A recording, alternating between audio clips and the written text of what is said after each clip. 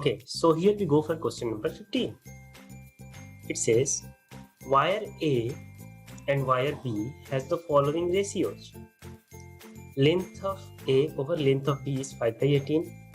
फिर इसने diameter का ratio दे रखा आपको, DA over DB is 2/3, and then they have given the ratio of their resistivities. So rho A over rho B is 4/9. ठीक है. So what they are asking what is the ratio of the resistance of wire A to the resistance of wire B. This is the ratio they are asking. That resistance of wire A to resistance of wire B. This ratio they are asking RA over RB. This part they are asking, right? Perfect. So let's understand how we can solve this question. So before I start solving this question, I expect कि आपको ये equation तो आना चाहिए. R is equal to rho times L over A. ठीक है, ये जो इक्वेशन है ये इसके लिए बहुत ही इंपॉर्टेंट है. अब देखिए यहाँ पे R क्या है जी आपका. This R is nothing but your resistance, right? ठीक है. What about your rho?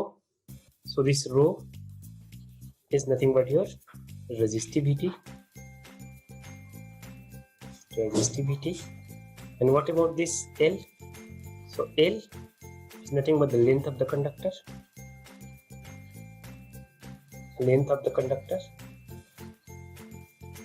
And finally this A. This is nothing but your cross section area. ठीक है, cross section area of the conductor. तो ये equation यदि आपको पता है तो ये क्वेश्चन बड़ा ही आसानी से आप सॉल्व कर लेंगे. ठीक है, परफेक्ट. आइए देखिए, तो सॉल्व करते हैं हम इसे. R इज इक्वल टू, सो हम चलते हैं, देखिए दो वायर बना लेते हैं. लेट से आपके पास एक वायर यहाँ पे है और एक वायर यहाँ पे है. ठीक है, इनकी जो रेजिस्टेंस है देखिए ऐसे बना लीजिए आप.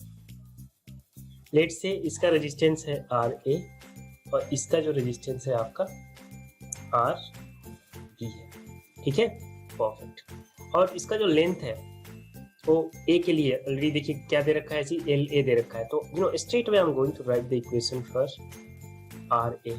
इक्वेशन हो जाएगा आपका क्या, rho A times LA over area of this wire और area of this cross section area of this conductor. तो इसके लिए मैं क्या लिख दूं आपका, इसके लिए मैं लिख देता हूं A, राइट, परफेक्ट. इसी तरीके से यहाँ पे आ जाइए, इसके लिए आप लिखेंगे RB.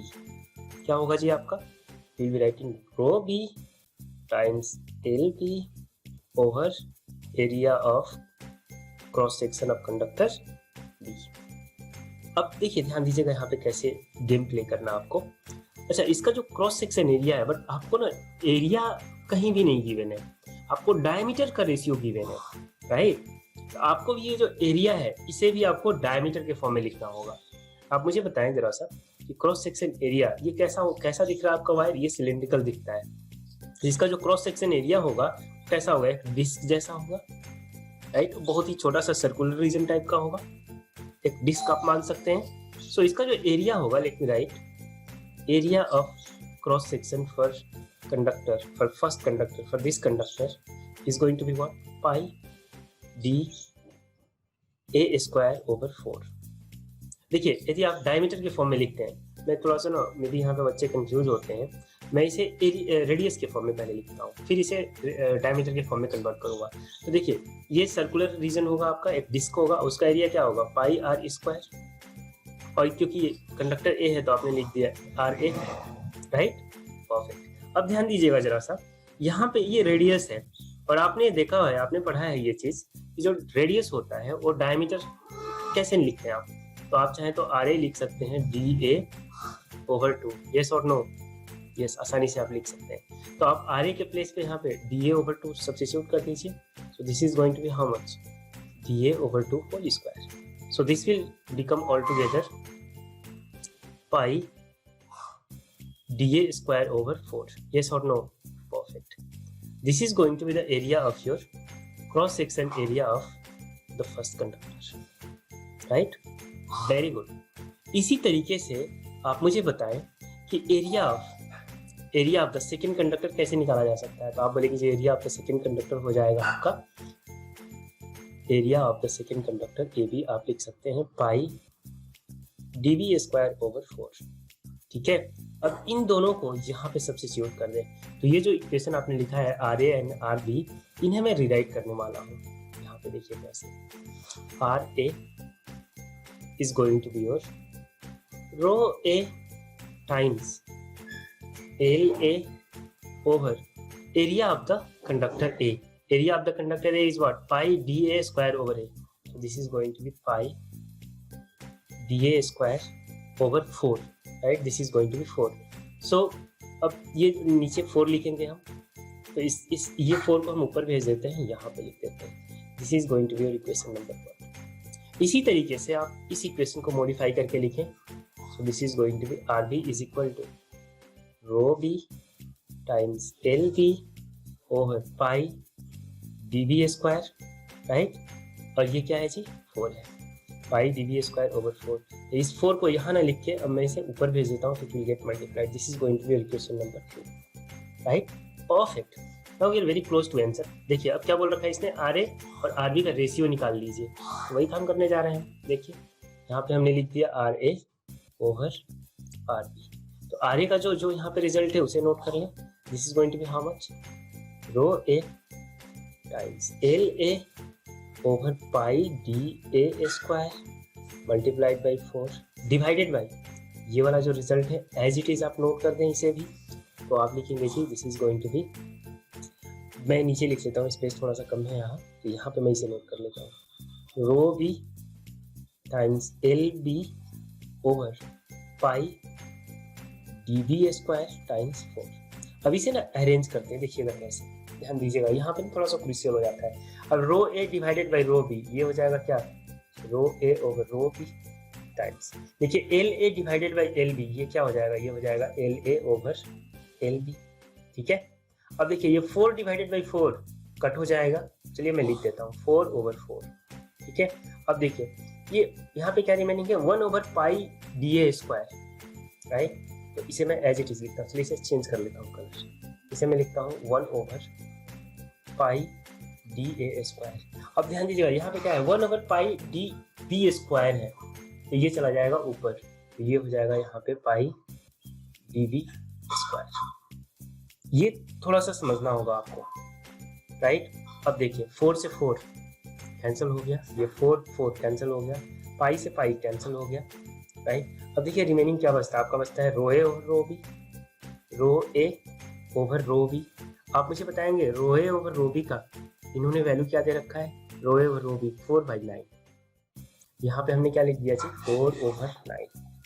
अब देखिए L A over L B कितना रिजल्ट दे रखा है इन्होंने, L A over L B 5/18, हमने एज इट इज यहाँ पे 5/18 लिख दिया।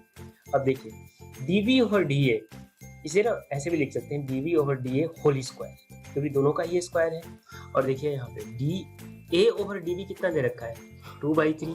यदि मैं यही पूछूंगा आपसे कि D B over D A कितना हो जाएगा, तो आप बोलेंगे जी आप रिवर्स कर दो इसे, दिस विल बिकम 3/2। यहाँ पे वही चीज है, क्या बन जाएगा 3/2 whole square. Making sense? Perfect. So R A over R B is going to be here 4/9, 5/18, 9 over 4। देखिए 9 से 9 को कट कर दीजिए, 4 से 4 को कट कर दीजिए, so what is left out 5/18। So finally we are going to get RA over RB. RA over RB which we are looking for is going to be your 5/18. 5/18. See, 5/18 will be left out, right? So आइए चलिए देखते हैं कि कौन सा option correct है। Option A 5/18, this is the correct choice. So देखिए इस पूरे क्वेश्चन को समझना है आपको, बस ये इक्वेशन पे सब कुछ गेम चल रहा है। इस इक्वेशन को आपने मास्टर कर लिया तो ये जो क्वेश्चन है ना बड़ी आसानी से आप सॉल्व कर पाएंगे।